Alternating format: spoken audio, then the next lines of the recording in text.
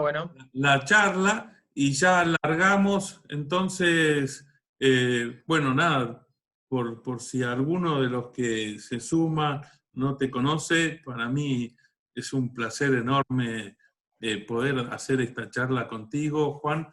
Muchas gracias.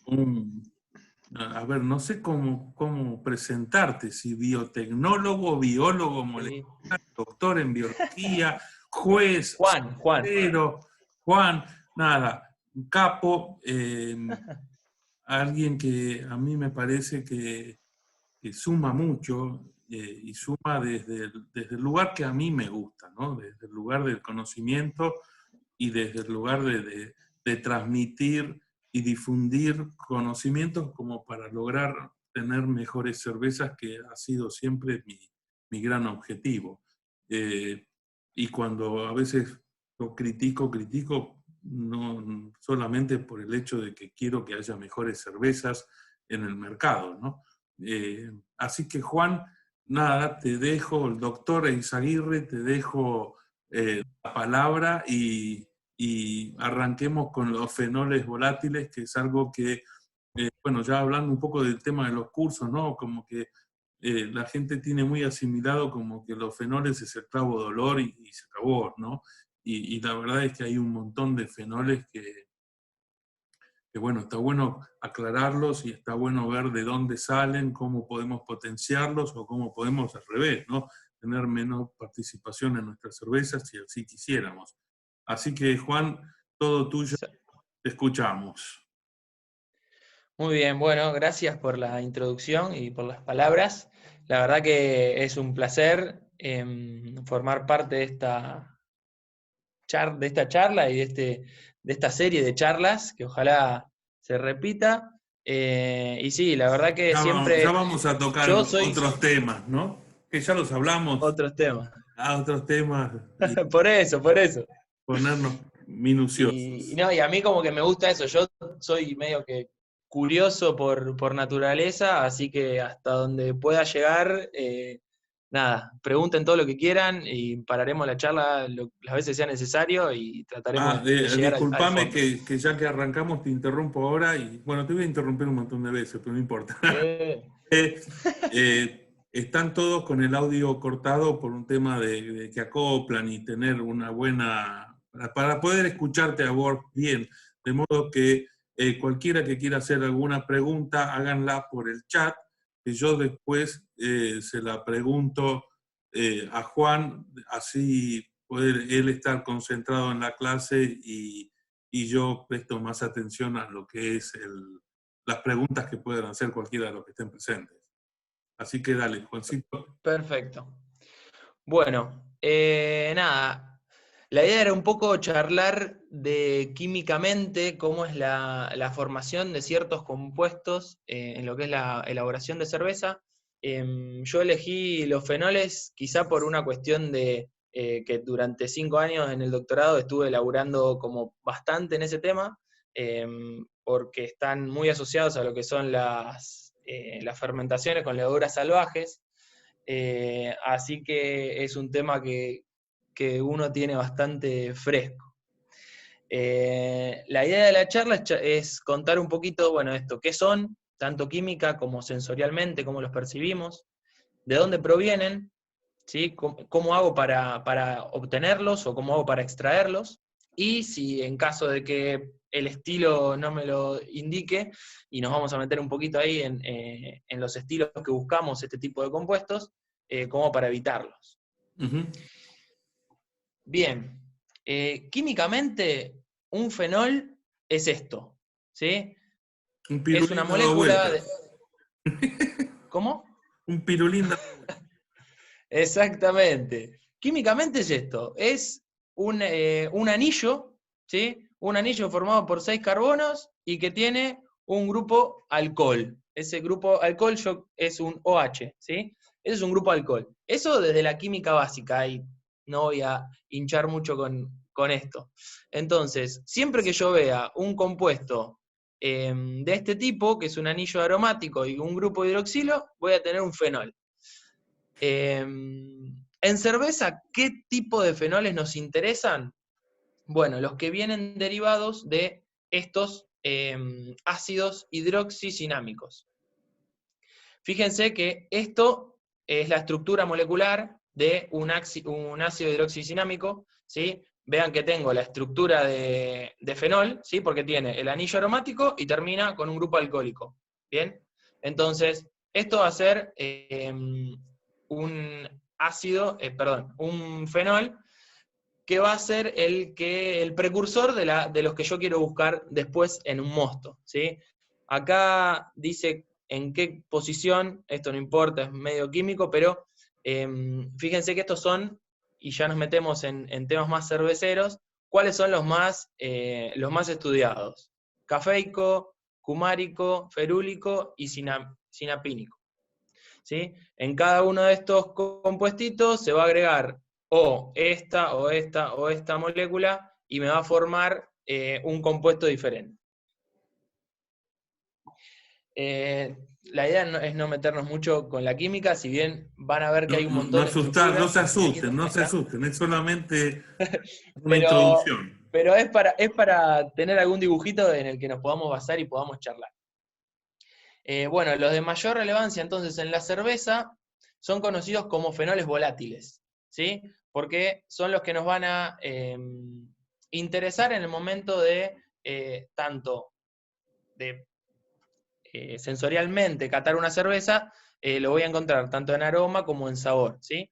Y los principales son el 4-vinil guayacol, el 4-etil guayacol, 4-vinil fenol y 4-etil fenol, ¿sí? Estos son en los que nos vamos a centrar hoy. Compuestos volátiles, compuestos fenólicos en una cerveza hay un montón, ¿sí? Desde los polifenoles que puede tener el lúpulo y que van a dar estabilidad a la turbidez, hoy que se busca mucho en estas nuevas cervezas con esa cloudiness, con esa turbidez. Pero en la charla esta, la idea es centrarnos en estos 4. Sensorialmente, ¿cómo los...? A ver, porque si ustedes ven esto, es que no están viendo esto. Para que me pongo más acá. Ahí va. Sensorialmente, ¿cómo los percibo? Clavo de olor, especiado, tipo pimienta, bacon, ahumado. Puedo llegar a sentir, es un descriptor, ahí están las salchichas alemanas, con el que nos parecía mucho, nosotros que trabajamos con esta levadura patagónica, Saccharomyces eubayanus, el descriptor que lo inventó Juli es a salchicha alemana, y tal cual, digamos. Sí, salchicha ahumada, ¿no? Sí, es terrible. Ese es uno de los compuestos fenólicos. Y después puedo tener también como madera, ¿sí? Band-Aid, que es el curita, típico de Brettanomyces, y cuero. Bien. Acá es donde yo quiero que entendamos que los fenoles van a estar siempre en la birra, ¿sí? Fíjense que yo les hablaba hoy de que si yo tengo un anillito de estos, no sé, ¿ustedes ahí ven el mouse? Sí. Ah, listo. Si yo veo un anillito de estos y un OH, que era el hidroxilo del alcohol, voy a tener fenoles. Entonces todo esto que tengo acá son puros fenoles por todos lados. Y este compuesto es la lignina, ¿sí? Que es el polímero estructural por excelencia de lo que son las paredes vegetales, ¿sí? Está la celulosa, la hemicelulosa, acá hay un grafiquito que explica un poco, ¿sí? Qué es la celulosa, qué es la hemicelulosa y cuáles son las fibras de lignina. ¿Bien? Entonces, todas las células vegetales van a tener de estos compuestos. Y estos compuestos, cada uno de estos, es un ácido hidroxicinámico, de los que veíamos, ¿sí? Piénsenlo como si yo tengo la amilasa y la parto en azúcares para que después, durante el macerado, para que después la levadura lo coma. Esto es lo mismo. Esto vendría a ser la glucosa, cada uno de estos fenoles vendría a ser la glucosa del almidón. Entonces, cebada, trigo, ahí les puse todos los adjuntos que hay avena, centeno, maíz, arroz, el lúpulo, cualquier hierba, cualquier especia que yo le esté poniendo a la cerveza, las frutas, las barricas, porque las barricas son de madera, todas van a estar, claro, las barricas de madera, todas van a estar hechas de este componente principal que es la lignina. ¿Bien? Entonces siempre voy a tener indefectiblemente fenoles en mi cerveza. El tema es cuando estos fenoles se convierten en volátiles o cómo hago yo para poder hacerlos volátiles. Bien. Obviamente por una cuestión de porcentaje relativo al total de masa, de donde más voy a extraer estos compuestos van a ser de los granos. ¿Sí?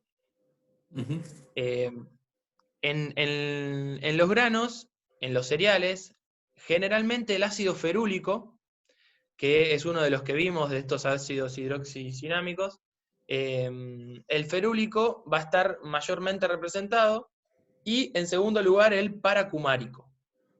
¿Bien? Obviamente que ahora nos vamos a meter un poquito en eso, dependiendo del tipo de grano y el proceso de malteado, voy a tener más unos que de otros. Estos compuestos van a estar en un 10% libres, ¿sí? Y libres me refiero a la molécula sola, en esta, perdón, vuelvo para atrás. Cuando están libres, bueno, tampoco tanto, ahí. Cuando están libres están en esta forma, ¿sí? Pero solo un 10%. El otro 90% está acá, ¿sí? Está unido a estos arabinosilanos. Y para poder liberarlos de esta estructura, voy a necesitar enzimas, ¿sí? Enzimas que en este caso van a ser esterazas por el tipo de enlace que los une. Cuando yo uso estas enzimas voy a poder extraer de ferúlico un 30% más y un 70% más de paracumárico. O sea, las necesito para poder tener buenos niveles de estos fenoles, de estos precursores de fenoles en mi mosto. Si me voy al lúpulo, el lúpulo posee de entre 2 y 5 veces más respecto a la malta, pero en el porcentaje final de mi cerveza no va a impactar tanto, porque si ustedes comparan gramo por gramo en lo que es malta a lo que es lúpulo en una cerveza, por más que sea una, no sé, Imperial Neipa o algo por el estilo, tampoco, pero siempre voy a tener muchísimo más grano en peso que el lúpulo. Y obviamente varía según su forma, no es lo mismo poner flores, que estoy poniendo muchísima más materia vegetal, que poner un pellet. ¿Sí? Entonces, cuanto más materia vegetal yo ponga, más de esta lignina voy a tener y más de estos fenoles voy a tener en mi mosto. En la madera también tengo, pero ya otro tipo de compuestos, que puede ser el guayacol, que es ese que da ahumado o aquemado, y el ácido vainílico, que es el vainillín, que tiene aroma a vainilla. Justamente en muchas barricas uno lo que busca, dentro de los componentes que puede aportar la madera, está el coco y la vainilla. La vainilla es un fenol que nos va a interesar. Y esto, por supuesto, depende mucho de la especie del árbol y el tostado de esa manera. Fíjense que acá remarco que a mayor tostado de la madera, mayor es la cantidad de fenoles que voy a extraer de la misma. Claro, de ahí un poco la diferencia entre el roble con el cedro, o roble americano o roble francés, ¿no? Más allá. Totalmente. Sí, es que por eso, depende de la madera lo que pueden llegar a aportar de estos componentes, y en particular de lo que nos centramos hoy en fenoles, que sería la vainilla. Miren, este gráfico, yo generalmente cuando pongo gráfico trato de poner acá las citas, si a alguno le interesa, estos son todos papers que en su mayoría están en inglés. Así que nada, si a alguno le interesa leer el trabajo me avisa y se lo mando. Esto está bastante bueno. Esto es un mosto, y acá ya me meto un poco en la parte más productiva. Vamos a salir un poco de la teoría, que me sale más fácil, pero porque es de donde viene uno. Esto es un mosto que tiene 50% Malta Pilsner, que es esta variedad de Scarlett, y 50% de esta Legat, Limés, distintos niveles de trigo. Y fíjense cómo cambia, este es el ácido ferúlico, Fa, cómo cambian los niveles de ferúlico según el tipo de trigo que yo uso, ¿sí? Desgraciadamente acá para lo que tenemos lo que nos llega en Argentina, hay muy poca variedad de trigo, como para poder ponernos a jugar en eso, pero sepan que es importante, y sepan que el trigo que vende tal o cual maltería, ya sea nacional o de afuera, es importante, en el caso que yo quiera obtener ferúlico, con qué variedad voy a estar trabajando. Después, por otro lado, tenemos acá las variedades de malta, ¿sí? Acá tengo en blanco el Fa, que es el ácido ferúlico, y después tengo el 4-vinil guayacol. El 4-vinil guayacol es, ahora nos vamos a meter, es parte de la descomposición, digamos, del ferúlico, y es justamente el aroma a clavo de olor. En este caso yo tengo maltas como la Viena y Múnich, que pueden ser maltas bases, ¿sí? Que no tienen un tostado elevado, y acá se ve claramente la tendencia a que cuanto más mayor temperatura pasó la cebada, menor es el ácido ferúlico y mayor es la concentración del 4-vinil guayacol, ¿sí? Porque tengo un efecto por la temperatura. A temperaturas altas, el ácido ferúlico se me va a transformar en 4-vinil guayacol. Entonces yo, en una cerveza, en un mosto, perdón, con carafa especial o con carafa, ya voy a tener niveles percibibles, si se dice así, de 4-vinil guayacol, ¿sí? Ojo, esto, porque siempre los científicos nos abstraemos mucho de la práctica, es de nuevo un mosto de 50% de malta base de Scarlett y 50% de cada una de estas.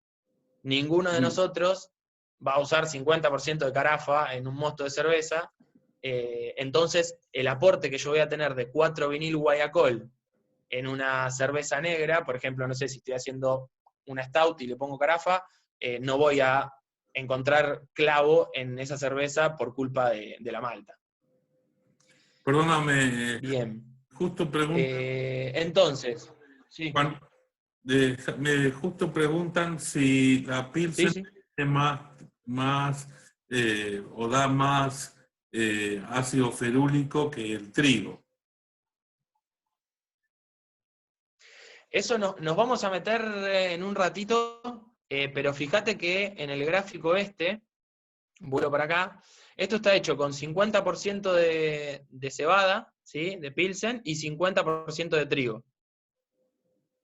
Esta de acá es 100% cebada. O sea, cuando yo pongo 100% cebada, tengo 2,3 ppm de ácido ferúlico, y con ninguna de las otras, cuando pongo 50% trigo, llego.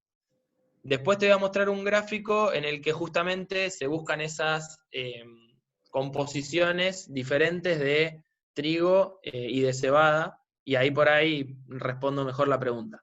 Pero Dale. a este nivel, cuando yo tengo un 100% de cebada, voy a tener mayores fenoles que cuando tengo trigo.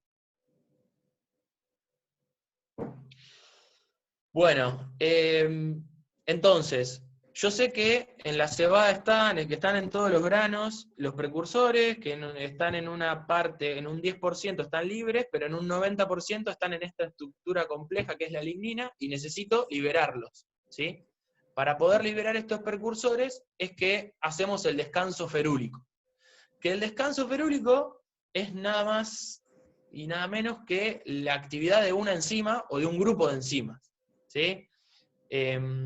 Esto es algo que está medio olvidado, y uno cuando empieza a hacer cerveza siempre lo toma como descanso ferúlico, ¿sí? Sin embargo, no pone un descanso, y lo mismo el proteico, son todas actividades enzimáticas. Cuando yo pongo a andar a la alfa-milasa o la beta-milasa, que por ahí sí lo distingo más en la enzima que uso, para encontrar los azúcares que quiero en mi mosto, me pongo un poquito más exquisito. La idea de esto es que nos pongamos un poco más exquisito en la actividad enzimática que voy a tener para poder generar ferúlico en mi mosto.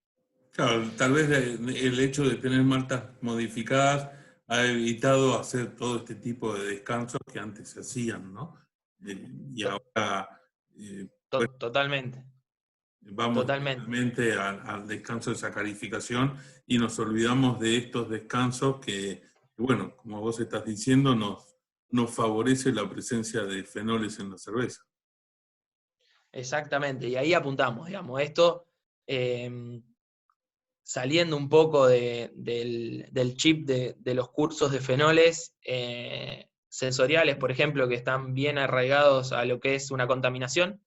La idea de esto es meternos a el on-flavor fenol, ¿sí? Cuando yo Ujú. lo quiero buscar en una birra, en un estilo. Bien, este es otro trabajo que evalúa el efecto de temperatura, pH y tiempo. Esto de acá, si ponemos ahí. Yo no sé si ustedes ven esto, pero bueno. Lo que estamos viendo ¿Se ve el ahora grafiquito ese? Lo que estamos viendo ahora es la diapo que dice cómo extraer los efectos de la del Está bien, pH y del tiempo, obviamente. Lo que justo perfecto. Bien. Entonces, el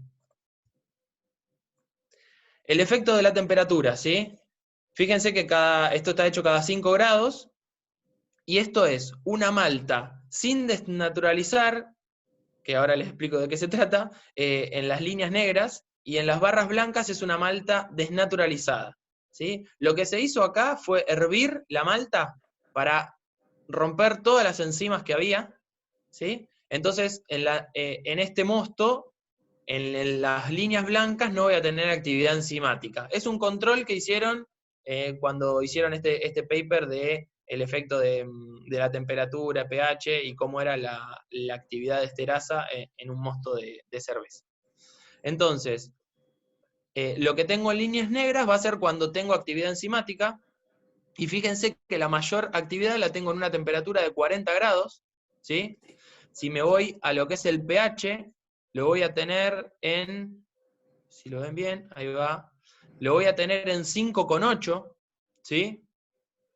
Fíjense que esto es un pH elevado para lo que estamos acostumbrados a hacer un mosto de cerveza, Ujú. que generalmente estamos en este rango. Ahora, la actividad que yo tengo enzimática en 5,5 no está muy lejos de la que tengo en 5,8, si bien si yo lo quiero maximizar tendría que estar acá.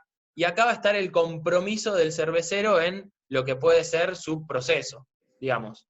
Si yo lo voy a llevar a 40 grados, el mosto, porque era la temperatura a la que mejor trabajaba la enzima, y lo quiero llevar a 5,8, perfecto, lo puedo hacer ese descanso y después pasar, bajarle el pH, acidificar, levantar la temperatura y poder llegar a los 60, 65 grados eh, con un pH 5,2 o 5,5. Fíjense ahora, a temperatura de maceración, que esto no se los dije recién, si bien yo a 40 tengo una actividad que es extraigo 2 ppm de fenoles, cuando yo estoy a temperatura de maceración, que estoy acá, extraigo la mitad, ¿sí? Entonces, ¿estoy extrayendo precursor? Sí. Ahora, si yo necesito maximizar esto, voy a tener que darle las condiciones óptimas a la enzima.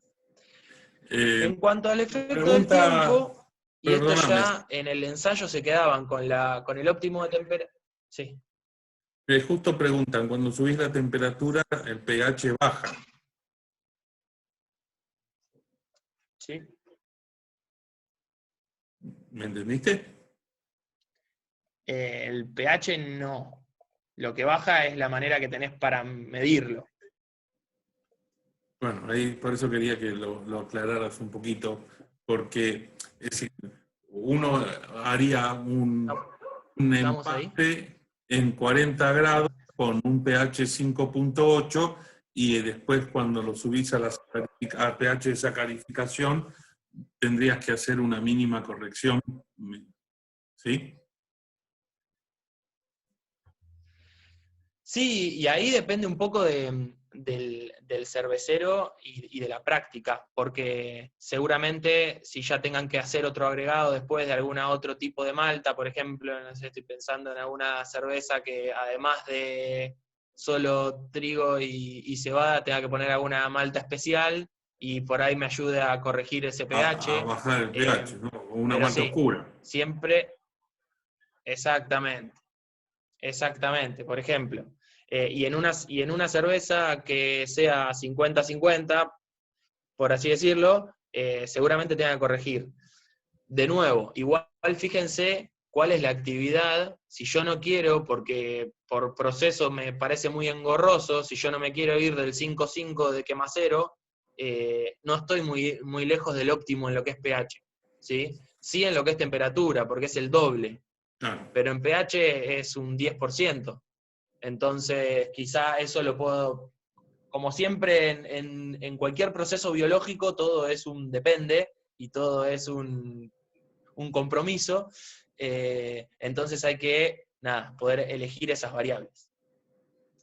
En lo que es el efecto del tiempo, ellos lo que hacen es medir durante 5 horas cuál es la extracción de fenoles en las condiciones óptimas, 40 grados y pH 5,8. Y fíjense que se quedan con un tiempo de 15 minutos, que sería el primer punto de acá, porque ya veo un salto del doble, o sea, un 100% de mayor liberación de ácido ferúlico. Y acá de nuevo, me pongo en un compromiso. Ok, voy a macerar 5 horas para poder obtener, como se hacía antes, para poder obtener fenoles y llegar al máximo de 3 ppm, o con 1,5 me sirve y son solo 15 minutos. Bueno, es que Entonces, y acá trato de poner un grafiquito explicando un poco la... Sí, sí. te decía como que ya que ya estás en un descanso ácido, si tenés un descanso ferúlico, ya tenés en 15 minutos una buena cantidad de extracción de descriptores de fenoles como para que ese descanso no tenga que ser tan largo, ¿no? Es decir, con más tiempo de descanso la ganancia no es tan notable como es el primer tiempo, ¿no? Exactamente. Exactamente, por eso siempre cuando yo voy a querer optimizar en cuestión de tiempo, me voy a quedar en la parte exponencial de la curva, ahora que con todo lo del virus está de moda eso, Sí. me voy a quedar en la parte exponencial de la curva y voy a, en este salto, que fue donde se dio la mayor diferencia, y no tanto por ahí en la parte en la que se aplana. Se me fue. Ahí va. Bien. Bueno, este sería un poquito un resumen de cómo es el cervecero, cuál es el rol del cervecero para poder maximizar estos fenoles volátiles, que si bien ahora, hasta el momento estamos acá, ¿sí? Maximizar lo que es la producción de precursores, que es ferúlico y paracumárico. De la lignina voy a tener que hacer este descanso ferúlico para tener la actividad esterasa. Esto también se aumenta con lo que es la agitación, ¿sí? Y cuanto más fina la molienda, mejor. ¿Por qué? De nuevo, piensen que yo quiero extraer algo del grano. Entonces, si yo lo agito más, está más homogéneo, entonces voy a aumentar la producción. Si yo hago una molienda más fina, después voy a tener todo un montón de otros problemas que va a hacer que no se me empaste mi macerado, pero cuanto más aumento la molienda, más voy a poder extraer. Y una de las cosas que sí se chequeó, que me pareció interesante en lo que es la producción de mostos de alta densidad, es que no favorecía el rinde, por así decirlo, de la extracción. Entonces que entre 10 y 12 grados plató, que estos serían 1040, Sí, 1048 de 1048. densidad, voy a tener un máximo de extracción de ferúrico. Es decir, que la densidad Bien. también te ¿Qué influye. pasa? Cuando yo extraigo ferúlico y paracumárico, perdón. No, te decía que la densidad del mosto también te influye.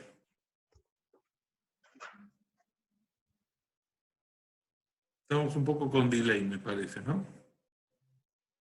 Sí, sí, sí, tal cual. por eso es... Sí, yo siento el delay, no sé si el resto de la gente, porque yo como que voy hablando rápido y si se frena lo que digo, avisen y vemos cómo mejorar. Estoy al lado del módem, pero más que Sí, putear a los de Telecentro no puedo.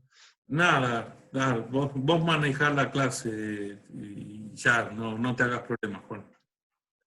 No lo podemos cambiar el tema del delay, así Dale. que nada, manejá vos la clase como te parezca. Ok, perfecto.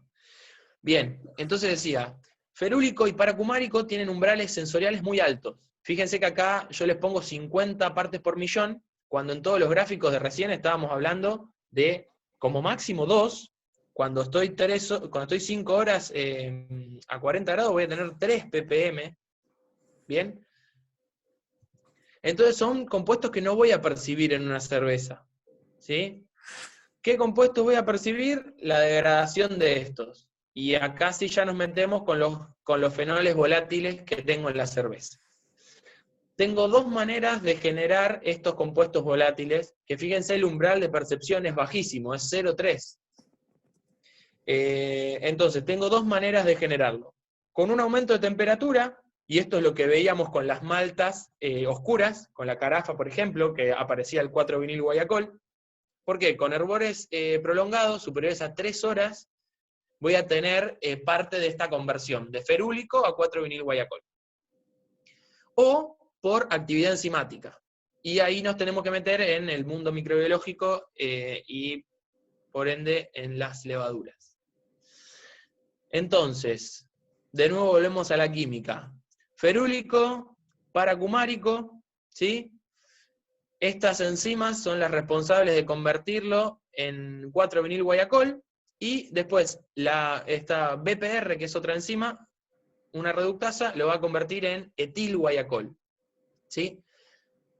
Hasta acá, hasta 4-vinil guayacol y 4-vinil fenol, voy a tener a las levaduras sacaromicéticas salvajes. Y acá nos metemos y estos dos compuestos solo son generados por Brettanomyces. Obviamente que hay algún otro microorganismo que tiene esta capacidad, ya lo vamos a ver, de producir estos fenoles, pero en el mundo cervecero nos vamos a manejar con Saccharomyces salvajes o poco domesticadas, que van a ser consideradas, si producen esto, POF positivas. POF por Phenolic of Flavors. ¿Bien? ¿Qué levadura salvaje es una POF positiva? La Munich del Alemán, por ejemplo, que produce fenoles. ¿Sí? ¿Esto qué quiere decir? Cuando yo trabajo con una levadura neutra, con una levadura, por ejemplo, americana, no tienen esta enzima. Entonces, por más que, si yo quiero hacer un mosto, quiero hacer un macerado a 40 grados para poder maximizar la producción de ferúlico, pero le pongo una levadura americana, no importa, porque esta enzima no la tiene y entonces nunca se me va a producir el 4-vinil guayacol. ¿Sí? Entonces, el rol de los microorganismos, el rol de las levaduras, en este caso en particular, es fundamental. Bien, a diferencia de otros compuestos, como pueden ser los ésteres, los alcoholes superiores, acá les puse en comparación también el diacetilo, los fenoles se producen al final de la fermentación. ¿Sí? Fíjense, acá yo tengo una curva de caída de densidad en función del tiempo y de producción de 4-vinil guayacol. Fíjense que el pico lo voy a tener justamente cuando empiezo, cuando se me está acabando la glucosa, cuando se me está acabando los azúcares del mosto, perdón.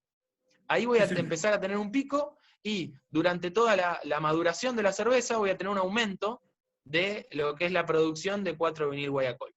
¿Sí? Esto es lo mismo, pero en otro gráfico, donde lo compara también con la producción de diacetilo. ¿Sí? Fíjense, esto está en días de fermentación, no está en horas, pero en el segundo día tengo el pico, ya en el tercero tengo el máximo de diacetilo, y me va a ir bajando a medida que haga el descanso de diacetilo o la maduración en caliente de mi fermentador. Ahora, la producción de fenoles, no. La producción de fenoles arranca más lenta y se mantiene.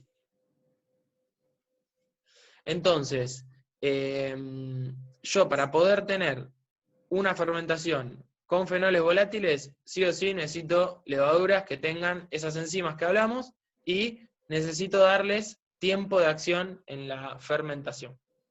Es decir, que no tenés que llevar a frío. Esto era un poco respondiendo lo que me habían preguntado en cuanto a la cebada o el trigo y la proporción.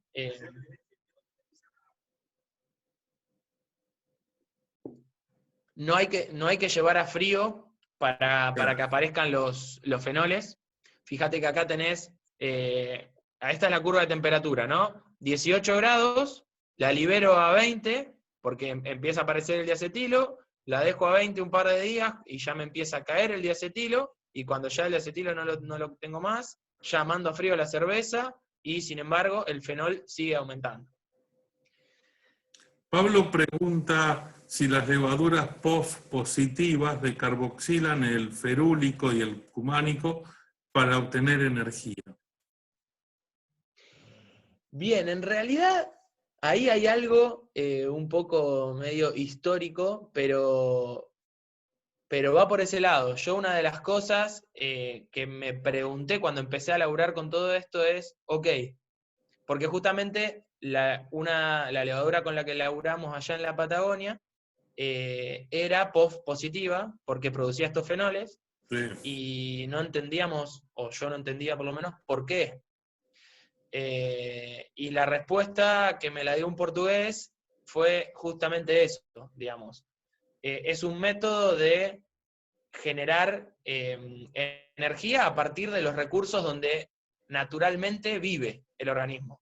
Es Las otra vía levaduras metabólica. salvajes están asociadas a las cortezas de los árboles, exactamente, están asociadas a el reino vegetal, a vivir dentro, no sé si la palabra técnica sería simbiosis, pero están acostumbradas a vivir en el reino vegetal, donde tienen muchos de estos precursores, como por ejemplo la lignina, ¿sí? Entonces es muy común que lo usen para generar energía. Hoy, por ejemplo, una industria que es muy importante es la industria del bioetanol, y el bioetanol de segunda generación, que es la que usa todos los desechos del campo, los desechos de la caña y demás, justamente lo que busca son levaduras para producir alcohol que morfen lignina, entre otras cosas más, pero le es importante que sean positivas porque la necesitan para romper esa estructura de lignina en monómeros y así empezar a generar energía. Los compuestos estos ferúlicos, esta lignina también, la planta que la produce, también es medio en ataque a los microorganismos. Es como una defensa a esa estructura que tienen para generar, es parte de una defensa, y que bueno, evolutivamente, las levaduras en este caso, o otros microorganismos también, generan ecológicamente como una readaptación a eso. Digamos, vos me pones esta defensa, yo me genero una enzima para poder romperla y para poder subsistir en ese ambiente y demás. Se va de la charla cervecera, pero es interesante. No, pero da el contexto, ¿no? Genera una mejor explicación para entender por qué de golpe una levadura, cuando supuestamente ya se quedó sin azúcar, lo que va a querer hacer es seguir viviendo y va a tratar de obtener energía por donde pueda. De donde sea. Exactamente.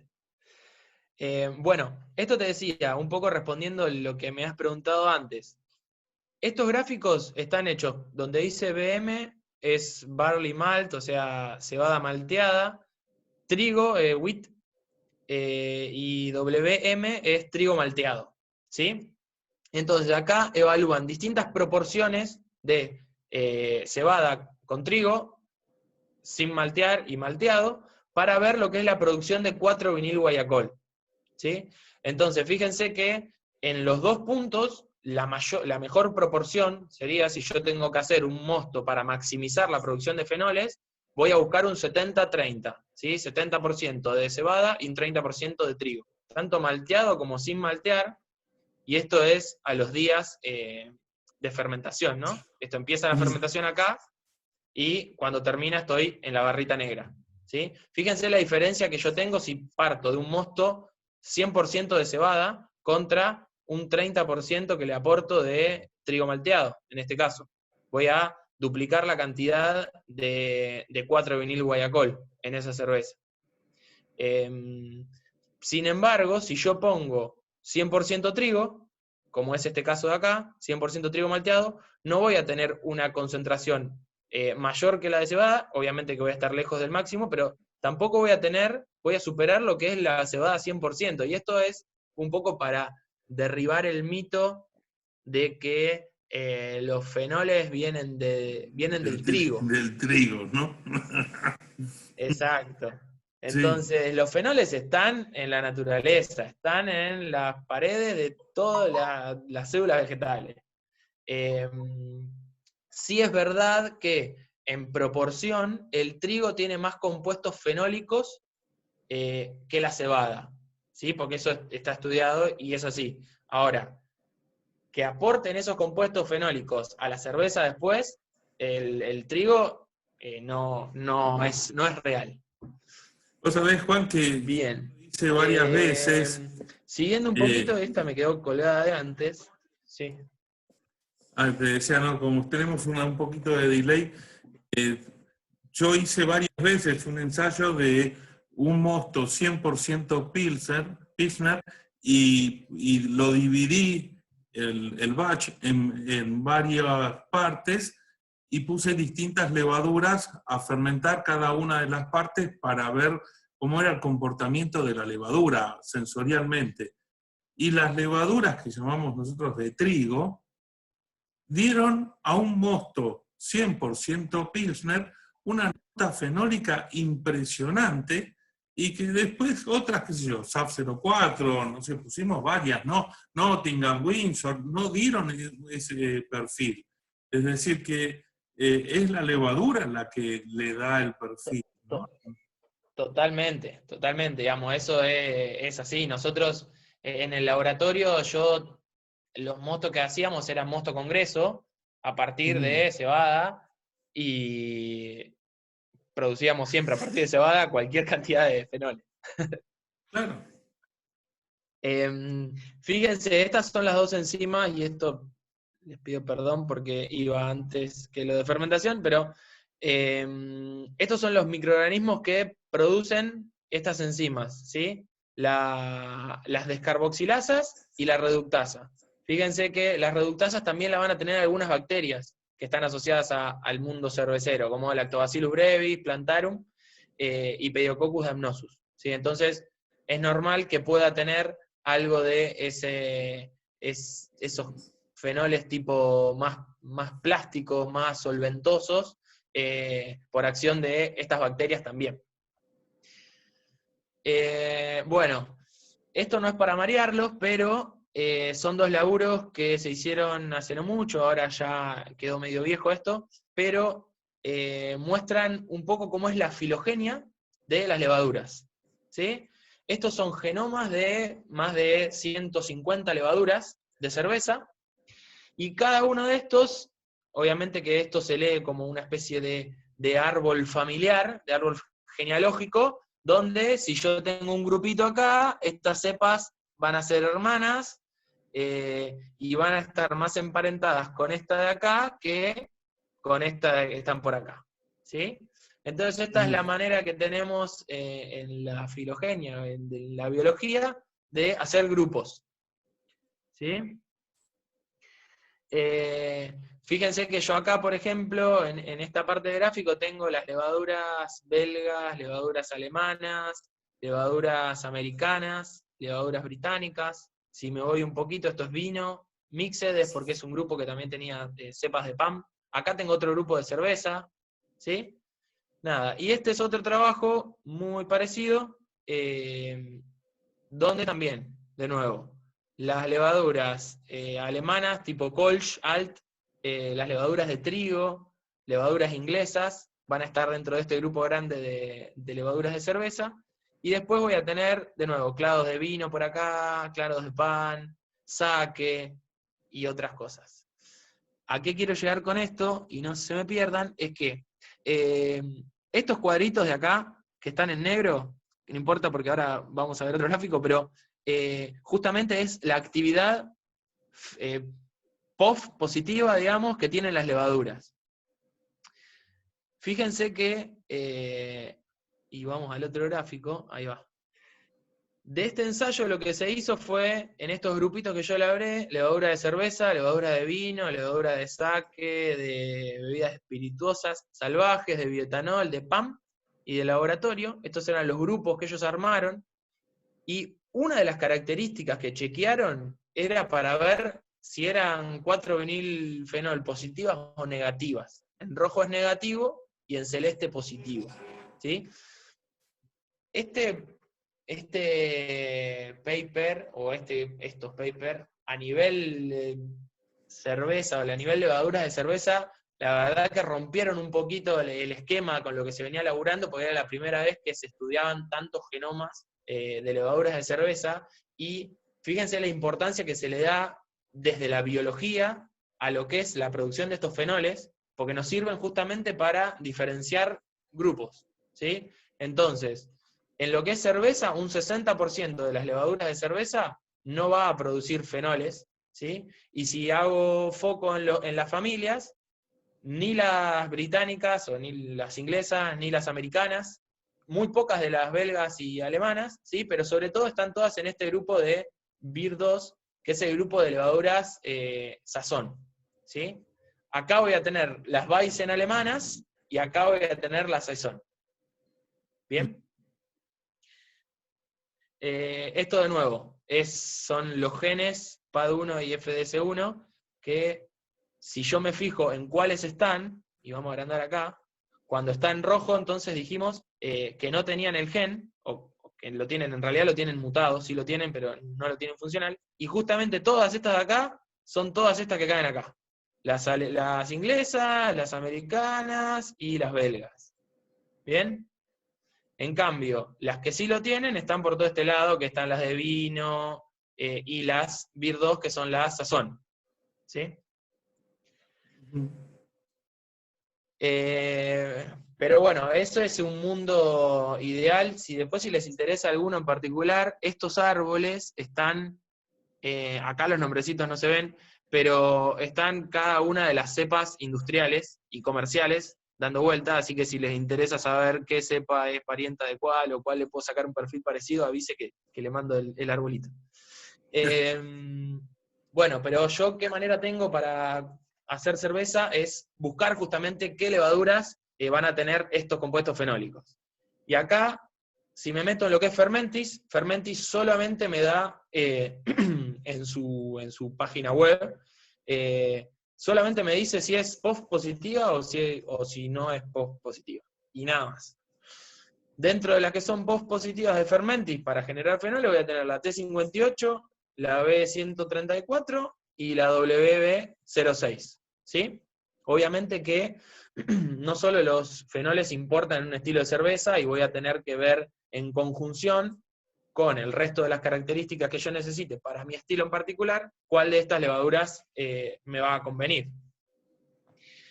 En cambio, el Alemán ya hace poquito que cambió la cara de las levaduras que vende para el mundo cervecero, y abrió estos gráficos de araña que me parecen espectaculares, Genial. que te dicen un poco el perfil de la levadura. Entonces, si yo me paro en esta, que es la Valle, voy a tener un perfil neutro, manzana roja, y una de las características es el clavo. Entonces yo puedo, viendo estos mapitas, con qué levadura me voy a quedar para lo que yo quiero, que es maximizar el clavo. ¿Sí?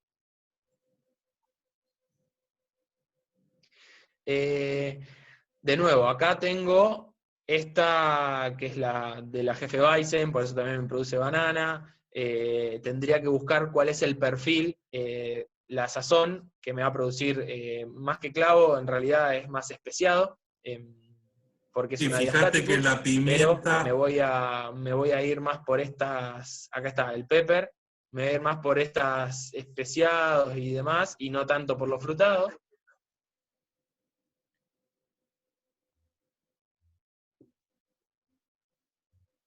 Ahí volvió el delay. sí. Decime. No, te decía, justo estabas hablando de la sazón, y explicando que no daba tanto clavo y sí daba más especies, y daba otro tipo de fenoles, ¿no? Y me parece como que es importante también esto de que los fenoles no son solamente los clavos, ¿no? Y recalcar ese punto.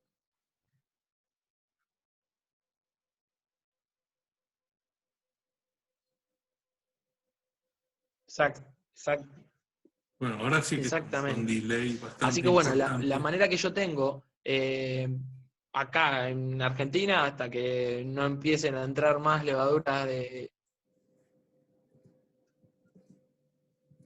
No sé si quieren que salga y vuelva a entrar. No, no porque es un tema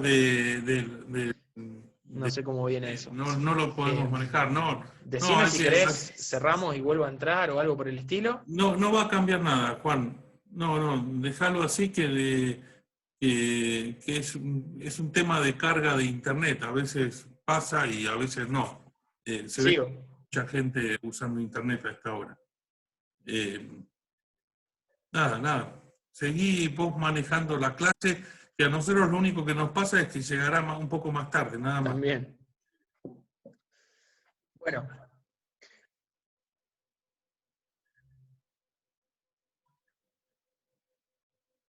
perfecto. Entonces, yo acá les mostraba, tanto de Fermentis como del Alemán, cuál es el abanico de levaduras que voy a poder obtener para maximizar los fenoles. ¿Sí? Ahora nos vamos a meter un poco en la parte sensorial y un poquito en los estilos y dónde los busco. ¿Sí? Y ahí estaría bueno también que nos cuentes vos, que sos más grosso en la parte sensorial y en Más la parte de gordo. estilos. Así charlamos un poquito de eso.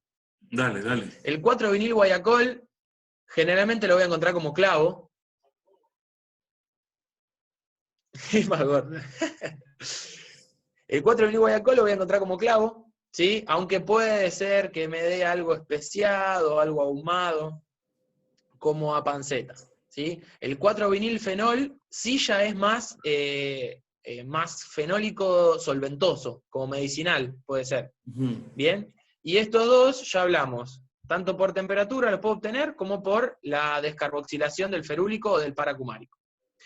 El 4-etil guayacol va a recordarnos más a esta parte, para mí, ¿no? Más, no tanto clavo, sino más fenólico, especiado, y ya me puede empezar a tirar algo de madera y de vainilla.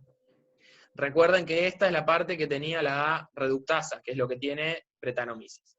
El 4-etilfenol es el que me va a dar cuero, ¿sí? Establo, que son característicos de Brett. Sí. Y después voy a tener los que aportan la madera, que es el guayacol y el vainillín. Fíjense que acá dice, perdón, esto está en inglés, pero lignin pirólisis, ¿sí? Es que es la pirólisis es el quemado de la lignina. ¿Cuándo quemo la lignina? Cuando estoy tostando una barrica. Entonces, o por ejemplo, o haciendo alguna malta especial quizás. Pero cuando tuesto la barrica voy a tener guayacol y vainillín. Entonces, el ahumado me lo va a aportar el guayacol y ese compuesto algo dulce o vainilla directamente me lo va a dar el vainillín.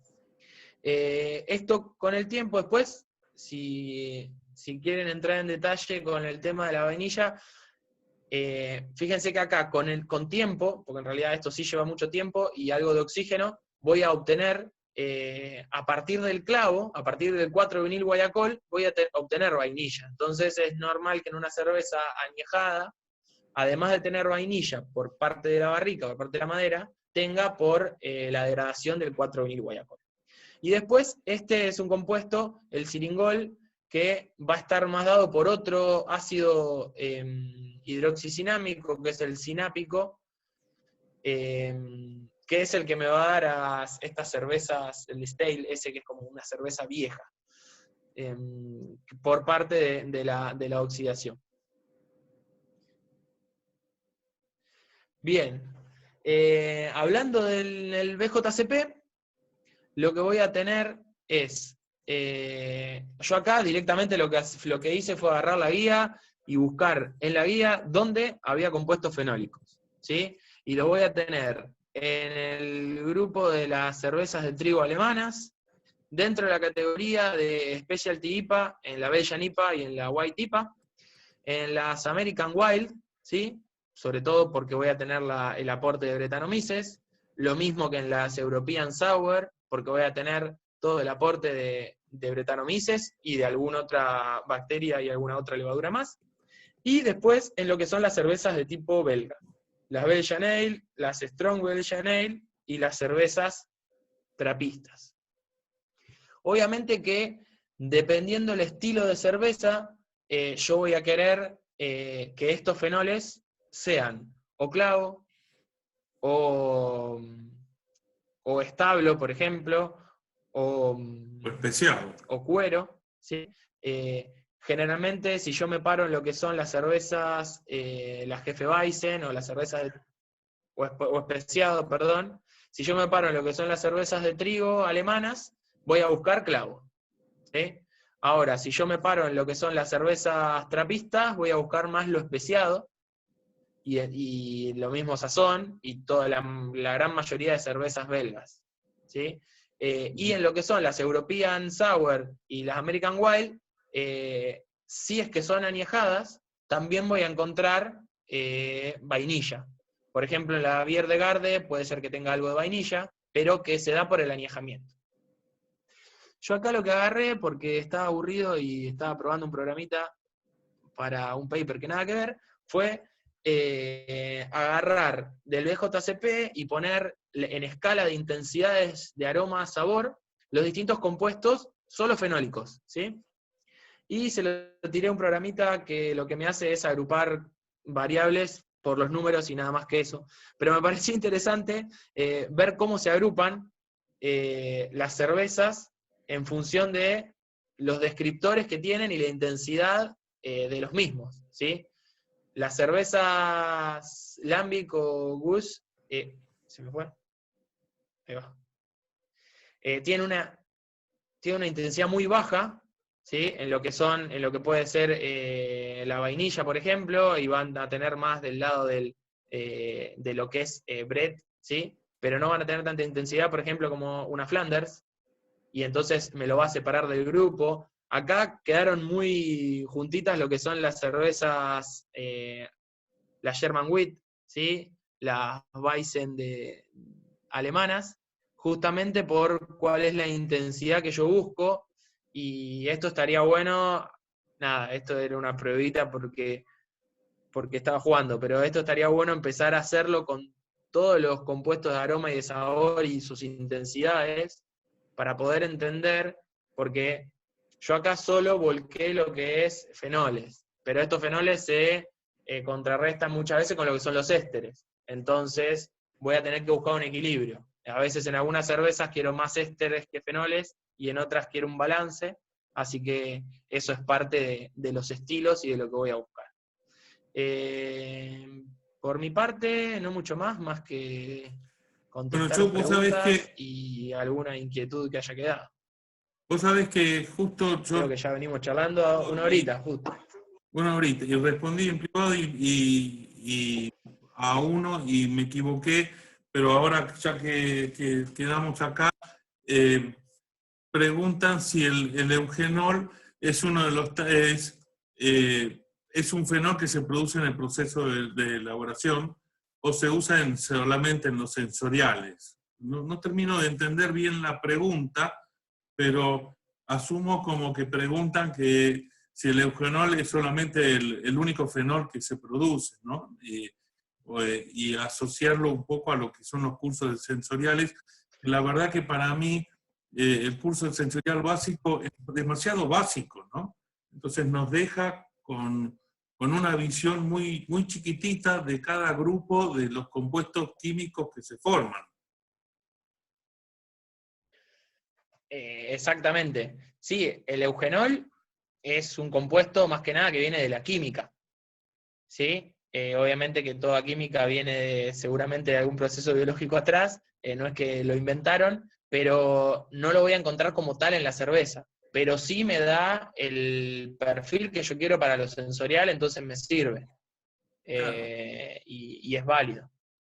Es instructivo, pero la realidad es que el curso en sí de fenoles, de análisis sensorial de fenoles, tendríamos que incorporar los compuestos primarios para poder tener una mejor apreciación. Claro. ¿Sí? Entonces ver el 4-vinil guayacol, el 4-etil guayacol, todos los distintos compuestos, de hecho hasta la vainilla, es decir, algo tan fácil, o la vainicina, ¿no? De percibir y sin embargo no los percibimos, o entender que los ahumados están también dentro del grupo de los fenoles. Sí. Ni hablar si nos metemos en Un, todos los clorofenoles, ¿no?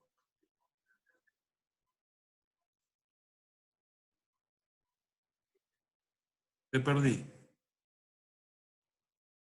Claro. Sí, yo, de nuevo, esa parte de clorofenoles no la toqué más allá de lo que puede ser un curso de aguas más que fenoles, pero obviamente, y más porque son off-flavor, digamos, nunca va a ser buscado un clorofenol, Claro. y se da por la reacción de todos estos compuestos fenólicos que hablamos hoy con el cloro que pueda llegar a tener el agua. Ujú. Pero, Bueno, pero sí es importante y es muy complicado también, si bien químicamente se pueden separar fácil y uno los puede estudiar por separado, la verdad que en una cerveza es muy complejo. Nosotros, en lo que era Saccharomyces guayanus, teníamos tanto vinilfenol como 4-vinil guayacol, y da una conjunción diferente a lo que estábamos acostumbrados. sí, Y seguramente sea un compromiso o un equilibrio entre esas concentraciones. exacto, exacto. Preguntan si fermentan a unos grados más elevados se genera más intensidad de fenoles.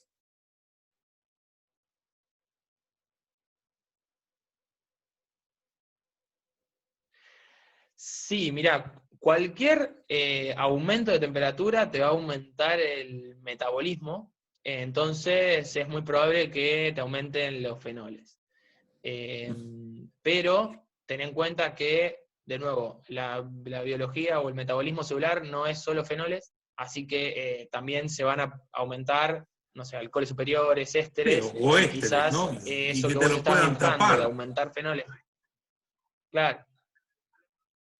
Exactamente, ahí va, digamos. Si yo genero alcoholes superiores o ésteres aumentando la temperatura y me lo tapan, por ahí no obtengo el perfil que buscaba.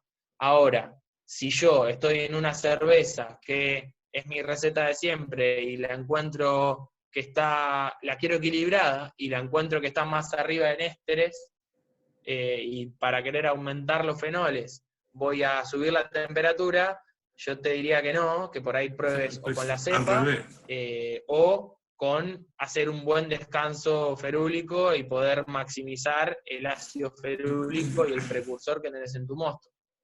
Porque claro, el precursor que vos tenés en el mosto, sí o sí, si tenés una levadura positiva, se va a transformar después en clavo, en especiado y demás. Entonces, si vos querés aumentar los fenoles, yo maximizaría eso antes que jugar con algo de temperatura de la leva, que me puede traer otro perfil completamente Claro. distinto.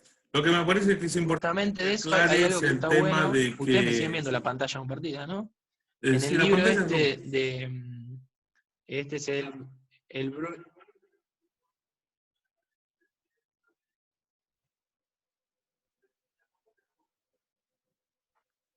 ahí te perdí.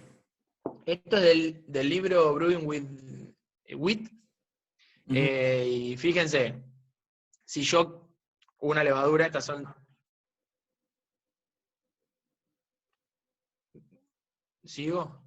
Sí, sí, vos Si yo seguís, vos tengo seguís. levaduras como la 300, que es la, la típica para hacer una jefe Weizen, y quiero levantar la banana, voy a levantar la temperatura de fermentación. En cambio, si quiero mejorar fenoles, por ahí se los voy bajando. ¿Sí? Claro. Eh, Y lo mismo, estos gráficos me parece que están muy buenos. Fíjense que si yo bajo la temperatura de fermentación, para la mayoría de las cepas, voy a estar teniendo un perfil limpio, ¿sí? Y no voy a tener tanto clavo. Ahora, es muy cepa dependiente, porque fíjense esta cepa de acá que me va a aumentar, con la temperatura me van a aumentar los fenoles, pero la parte esterosa no me la cuenta por lo menos, o no se percibe, ¿sí? Ujú. Eso está bastante bueno en este librito. El de Bruley que Monk tiene, yo lo guardé acá, tiene también una tabla parecida, perdón que está torcido, pero es interesante justamente para que vean eso, a diferentes temperaturas, diferentes rangos de fermentación, cómo pueden maximizar estos fenoles. Preguntan la oxidación, ¿cómo influyen los fenoles?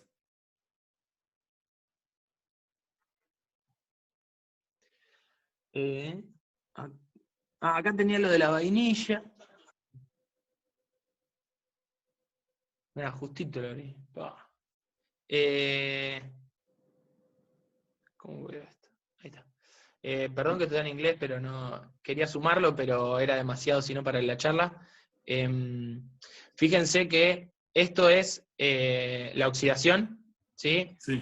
Este es un ensayo que se hizo en cervezas lager con añejamiento de 3, 6 o 12 meses, y lo que se buscó es ver el efecto de la oxidación en el 4-vinil guayacol. Entonces fue una lager que no tenía 4-vinil guayacol, se le agregó una cierta cantidad, que eran 2 ppm creo, sí, 2 ppm de 4-vinil guayacol, y lo que se hizo fue ver la evolución en el tiempo de estos dos compuestos, que tanto el vainillín como el apocinol, perdón, dan ese aroma a dulce como a la vainilla, ¿sí? Hacen a recordar a eso.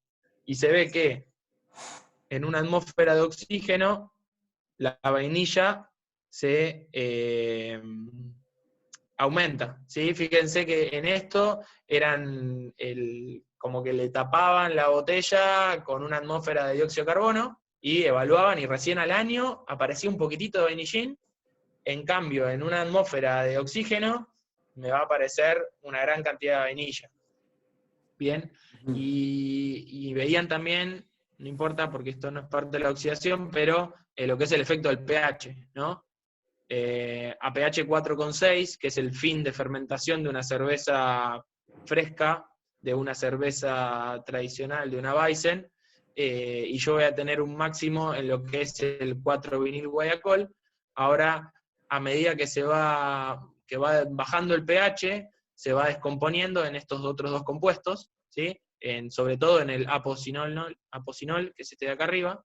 Entonces a pH más bajos es probable que encuentre más la vainilla que el clavo de olor. Y esto nos pasa, si vamos a ejemplo, como puede ser por ahí una cerveza sour de guarda, un alambic, O una Berliner Weiss. o una Berliner Weiss también. No sé si tenía algo más para mostrar que me quedó perdido. Creo Eh, que está todo. preguntan si el frío detiene la Sí. formación de fenoles. Bueno, era un poquito lo que veíamos. No es que la va a detener, eh, porque si tenés la enzima va a estar actuando y a medida que crezca, o sea, el frío detiene la fermentación también. Claro. Depende qué tanto frío le des. Pero fíjate que acá lo que veíamos, esto está en grados Fahrenheit, pero esto de acá son 14, 19 grados Celsius, y cuanto más baja la temperatura, menor va a ser La ¿cómo actividad. se llama? La expresión de estos fenoles, ¿sí? En Ujú. cambio, cuando más se los subo, voy a maximizarlos. Pero Pregunta, bueno, ahí tengo el compromiso de tener una temperatura. Este trabajo creo que hablaba también de temperatura de fermentación. Esto es un gráfico más... ¿alguno acá dónde? Ahí. Es un gráfico más choto, por eso no lo quería mostrar. pero es parte de cómo maximizaron, es un trabajo posterior a lo que es el que vimos de la temperatura y el pH, y en este lo que hicieron fue, no se ve mucho, pero trabajar con la temperatura de macerado entre 52 grados y 37, con el tiempo de hervor, 110 minutos, 70 minutos, y con la temperatura de fermentación, entre 20 y 16 grados. Y encontraron que los puntos, y también con el porcentaje de trigo que le ponían. Entonces encontraron que los puntos para maximizar la producción de 4-vinil guayacol eran 40% de trigo, eran 44 grados de temperatura, eran 88 minutos de hervor y 19.5 de temperatura de fermentación. Ahí es donde Así que ahí tenés otra idea en cuanto a lo que es la temperatura de fermentación, entre 16 y 20 grados por lo menos, que es el ejemplo este. Cuanto más alto, mayor cantidad de fenol. Preguntan si la tasa de inoculación afecta a los fenoles, de igual modo que afecta a los ésteres.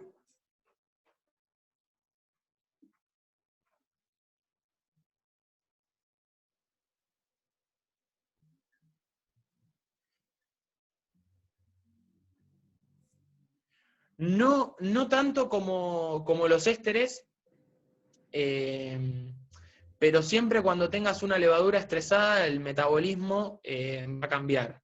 No me acuerdo si acá lo contaba, lo de la tasa. O en este era. A un lado lo vi.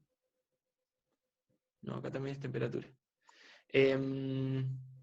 No, el tema con la tasa de fermentación es que te va a cambiar el background de la cerveza. Si yo le bajo la tasa de fermentación, voy a aumentar la producción de ésteres. Entonces seguramente me cambie el paño donde estaba jugando esa levadura y me van a cambiar la percepción de esos fenoles. Pero en realidad, como esto, como todo, va a cambiar. Yo lo que sugiero es, si yo quiero moderarlo o aumentar la producción de estos fenoles, es aumentar el precursor, ¿sí? Claro. Ahí, el precursor que yo aumente en la etapa de macerado no va a interferir nunca con la que es la producción de este. Entonces, es algo con lo que uno puede jugar, ¿sí? Más allá de que, de nuevo, lo mismo, con la temperatura, cuanto más alta se la doy, por ahí tengo más percepción de ésteres, y depende de la cepa, ¿sí? Y depende de lo que consigamos de cepas. Fíjense que en lo que hablamos del alemán, que tenía los grafiquitos, no es lo mismo si yo me paro con una Múnich que con una Wheat, para lo que es la producción de clavo, ¿sí? En cuanto a intensidades. Así que ahí también tengo herramientas para elegir. Sí, y un poco respondiendo lo que pregunta justo ahora Germán, que dice que no le queda claro el rol del trigo con la formación de fenoles, y me parece que estamos muy inculcados como que el trigo es el generador de los fenoles, y en realidad lo que tenemos que estar mirando más es levaduras post-positivas. Exactamente. Ojo, yo acá lo que estoy hablando son principalmente de fenoles volátiles. El trigo lo que tiene es un aporte grande de otros fenoles, ¿sí? Pero que no me van a dar sí o sí el clavo de olor que yo quiero en una Weizen, no me lo va a dar el trigo. Pero sí me va a aportar, por ejemplo, un montón de proteínas. Entonces, si yo quiero tener una cerveza, una Weizen turbia, si yo la hago con 100% cebada, no la voy a tener nunca. Claro. Porque necesito el aporte proteico, y ese aporte proteico me da otra sedosidad en la tomabilidad de esa cerveza, y quizás haga que, y ahí nos metemos en lo sensorial y no en lo químico, que esos fenoles se perciban de una manera o de otra, ¿sí? Pero químicamente la mayor acción de producción de fenoles volátiles va a estar dada por las levaduras que yo use. Claro, justo... No sé si ahí, Ger, se entiende. No sabía que estaba Copérnico, que bueno, ¿no? Hace un aporte importante, ¿no? como que en un American Wheat no tiene fenoles porque no usa una levadura post-positiva. Ese es lo que termina dando. Pero igual tiene trigo para lograr la turbidez que vos estás hablando, ¿no? Exacto, exacto. Después va a ser un compromiso en lo que yo busque como cervecero y en el estilo en particular que me quiera encasillar. Ujú. No sé si querés agregar algo más. Creo que justo ahora que yo subo el video, sí, el video ahora cuando termine la charla lo tengo que convertir a video, lo tiene que bajar y después lo subo, abrí justo, hoy comentaba, ¿no? Que abrí un canal en YouTube para subir todos este tipo de charlas, así que Genial. van a estar todas estas charlas eh, en el canal para que cualquiera pueda recurrir cuando quiera, ¿no? Pero me parece que es importante esto que entiendan de que dentro de todos los fenoles que nosotros buscamos en la cerveza, y si bien tenemos muy marcado el tema del clavo de olor, hay muchos otros fenoles que participan, que podemos tener en una cerveza, pero básicamente necesitamos de la actividad celular o de la actividad de la levadura o de los tipos de microorganismos que puedan participar, ¿no? No es el concepto de que si le pongo trigo voy a tener clavo. Exactamente. Sí, sí, sí. No, Está bueno erradicar eso y un poco que hay mucho, hay bastante para jugar todavía y hay muchas herramientas con las que podemos descubrir estos fenoles en una cerveza. Así que nada, eh, es bárbaro poder meterse y gracias Ricardo por la oportunidad también de explotar a fondo estos compuestos y seguir charlando de birra que más allá de todo es divertido.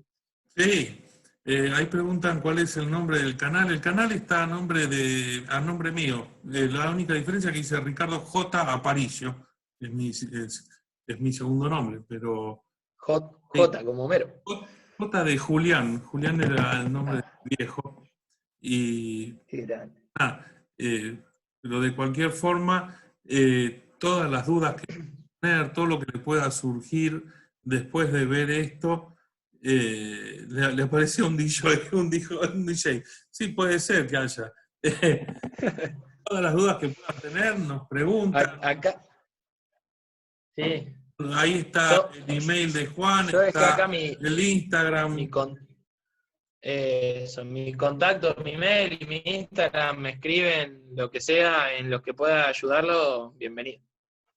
Bueno, eso es un poco la idea, ¿no? Eh, Así que bueno, bueno, poder transmitir y poder ayudar a que la gente entienda mejor todo lo que nos pasa a nosotros cuando hacemos cerveza. A mí lo que me queda claro de estas charlas es que el rol del cervecero es mucho más activo y somos nosotros los que jugamos para hacer que la cerveza termine siendo el producto que nosotros queremos y no algo que, bueno, nada, remojamos grano y ya está, listo, nos quedamos con eso, ¿no? Eh, tal cual, tal Eso cual, tal es cual. importante. Pero bueno, Juancito, Bueno, muchísimas gracias. gracias a vos y a todos los que se conectaron a escuchar la charla. Espero haber estado a la altura y Sí, por nada, supuesto.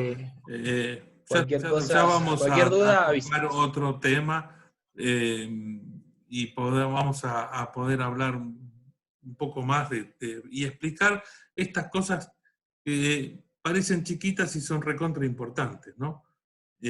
Ahí preguntan de vuelta dónde lo vamos a subir.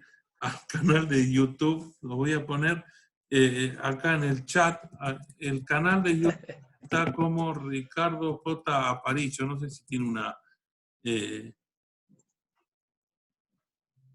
un punto. Me parece que era Ricardo J. Aparicio, pero bueno, cualquier cosa no se comunican con nosotros una vez que logre bajar el video y que lo pueda subir al canal de YouTube.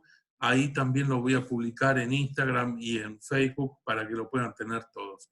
Así que de vuelta a todos los que participaron, muchísimas gracias. A vos, Juan, ni hablar. No, Me gustan excelente. a mí estas cosas, me parece muy, muy nutritivas. Excelente, excelente. Mejor así, mejor así. Sigamos Así que, por más charlas. bueno, Te mando un abrazo y un saludo abrazo a grande a todos. todos. Gracias Estamos. por estar. Abrazo. Hasta luego.